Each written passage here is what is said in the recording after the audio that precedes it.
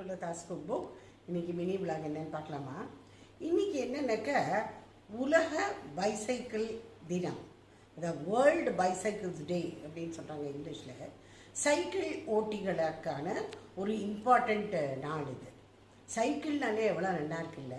Cycle எல்லோரும் இன்றைக்கி எல்லோரும் டூ வீலர் மோட்டர் பைக் எல்லாத்தையும் பறக்கலாம், மொபைல் இதெல்லாம். ஆனால் முதல்ல அவங்க சைக்கிள் தான் ஓட்டியிருப்பாங்க. அந்த சைக்கிள் ஓட்டுறதை வச்சுட்டு எத்தனை அனுபவங்கள்லாம் இருக்குது, மெமரிஸ் இருக்குது இல்லையா? சைக்கிள்னால பாருங்களேன், ஒரு எளிமையான ஒரு வாகனம். இதனால் சுற்றுப்புற சூழலுக்கு எந்த ஆபத்தும் கிடையாது. இந்த மாதிரி பெட்ரோல் டீசல் விட்டுக்கணுங்கிற அவசியமும் கிடையாது. யாருக்கு எப்போ வேணுமோ அப்போ டக்குன்னு எடுத்துன்னு சைக்கிள் எடுத்துன்னு பறந்து சிட்டாட்டமாக ஓடி போயிடலாம். இதனால டயத்துக்கும் ஒரு இடத்துக்கு டிராஃபிக் ஜாம்லேயும் மாட்டிக்க டக்கு டக்கு டக்கு அப்படியே குறுக்கால் அப்படி ஓடிடுவாங்க. ஸோ சைக்கிள்ங்கிறது எவ்வளோ எளிமையோ எவ்வளோ சிம்பிளோ சுற்றுப்புற சூழலுக்கு பாதுகாப்பானதோ அத்தனைக்கு எத்தனை என்னென்னா அஃபோர்டபுள், எல்லாராலையும் வாங்க முடியும். இன்றைக்கி மத்தியானம் லஞ்சுக்கு தாலும் கேரட்டு கறியும். இது தால் நான் மசூர் தால் குக்கரில் வேக வச்சு எடுத்துட்டேன். இதில் இது ஒரு சிம்பிள் தடுக்கா தான். இது கடுகு, பச்சை மிளகாய், இஞ்சி, டொமேட்டோ இதெல்லாம் போட்டு அதுக்கப்புறமா மஞ்சப்பொடி, வேக வச்ச இது மசூர் தாலையும் நல்லா மசித்து இதில் போட்டுட்டேன்.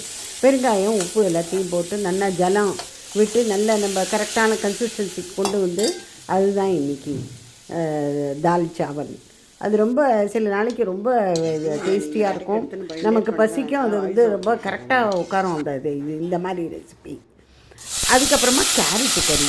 கேரட்டை நீளமாக மெலிசாக நறுக்கிட்டு நான் எப்பவும் பண்ணுற இது தான், குக்கரில் ஒன்று பண்ணுவேனே. அதுதான் கடுகு, உளுத்தம்பருப்பு, பெருங்காயம் எல்லாத்தையும் தாளிச்சுட்டு கேரட்டையும் போட்டுட்டு உப்பை போட்டு மூடி வச்சுட்டேன் குக்கரை.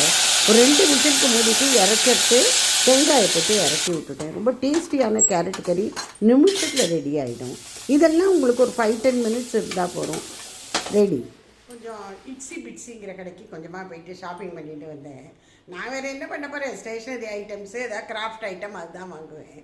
பாருங்கள் நான் என்ன வாங்கியிருக்கேன்னு. இதெல்லாம் ஃப்ரிட்ஜ் மேக்னெட். இதெல்லாம் 39 ரூபா 40 ரூபா தான். அது பாருங்கள் இந்த மேக்னெட் இருக்குது.